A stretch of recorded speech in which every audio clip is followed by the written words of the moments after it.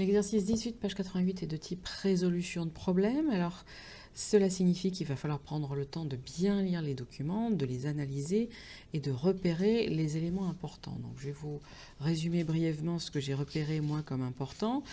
C'est que déjà, nous allons négliger le temps d'absorption et de distribution du médicament, vu que c'est quasiment instantané, donc je n'aurai déjà pas ce temps à rajouter.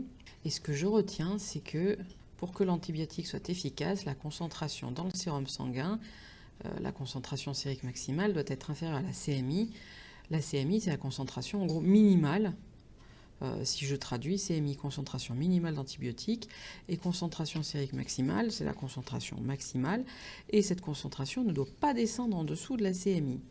Donc en gros, on va faire une injection, la concentration de médicaments va augmenter, puis va diminuer doucement au cours du temps, et il va falloir qu'on refasse une injection avant que la concentration sérique maximale, enfin avant que la concentration sérique tout court, passe en dessous de la CMI, la concentration minimale.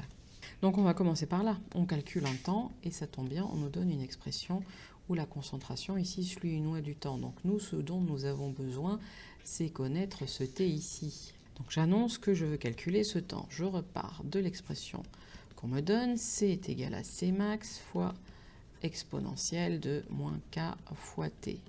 Et ici, je sais que cette concentration, en fait, je veux qu'elle soit égale à CMI. Je veux trouver le temps pour que cette concentration-là vaille la valeur de la CMI. Donc je vais isoler l'exponentielle. On va travailler finalement comme avec les logarithmes, comme avec toute fonction mathématique. J'isole la fonction d'un côté du égal.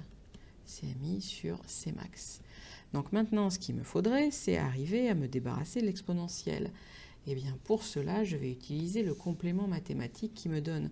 On me dit que la fonction logarithme népérien est définie comme la fonction réciproque de l'exponentielle. Et donc, ln de e de x est égal à x. Je vais donc appliquer la fonction logarithme népérien aux deux côtés de mon égalité en écrivant que logarithme de exp de moins k fois t est égal à ln de cmi sur cmax.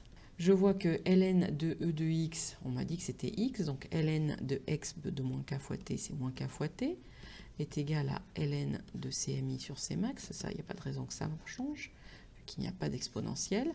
Et donc, le t que je cherche est égal à moins 1 sur k fois ln de cmi sur cmax.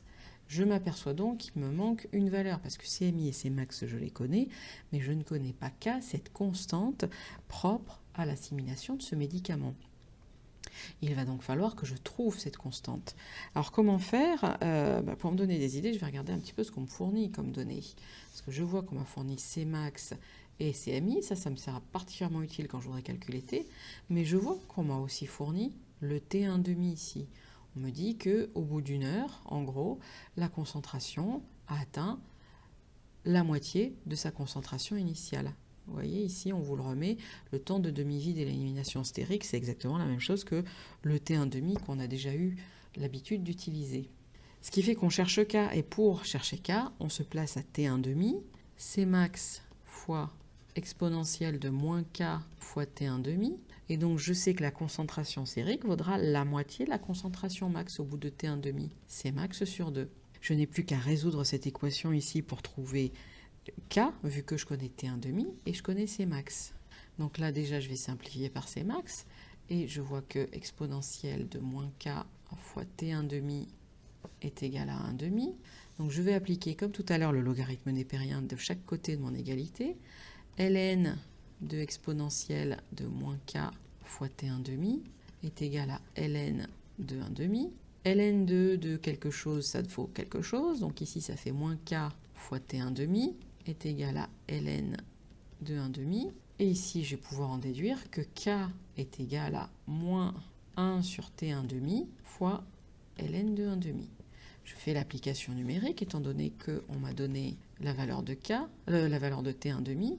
K est égal à moins 1 sur T1,5, on m'a dit que c'était 1 heure, je vais la mettre en secondes, donc 3600 secondes, multiplié par ln de 1,5, et ça nous donne une constante de 1,93 fois 10 puissance moins 4 secondes moins 1. Je vais pouvoir donc faire l'application en injectant cette valeur numérique ici, à cet endroit-là, sachant que je connais CMI et Cmax. Donc j'ai repris mon expression littérale, je fais l'application numérique, t égale moins 1 sur k, donc moins 1 sur 1,93 fois 10 puissance moins 4, multiplié par ln, la CMI, on m'a dit que c'était 0,5.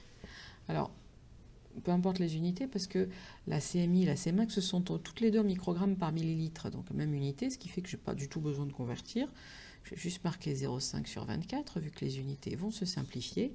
Et je vois qu'il va donc falloir refaire une injection au bout d'un temps t égal à 20 105 secondes, que l'on arrivera à convertir sans peine en 5 heures, 35 minutes et 5 secondes. C'est donc le temps au bout duquel il faudra renouveler cette injection.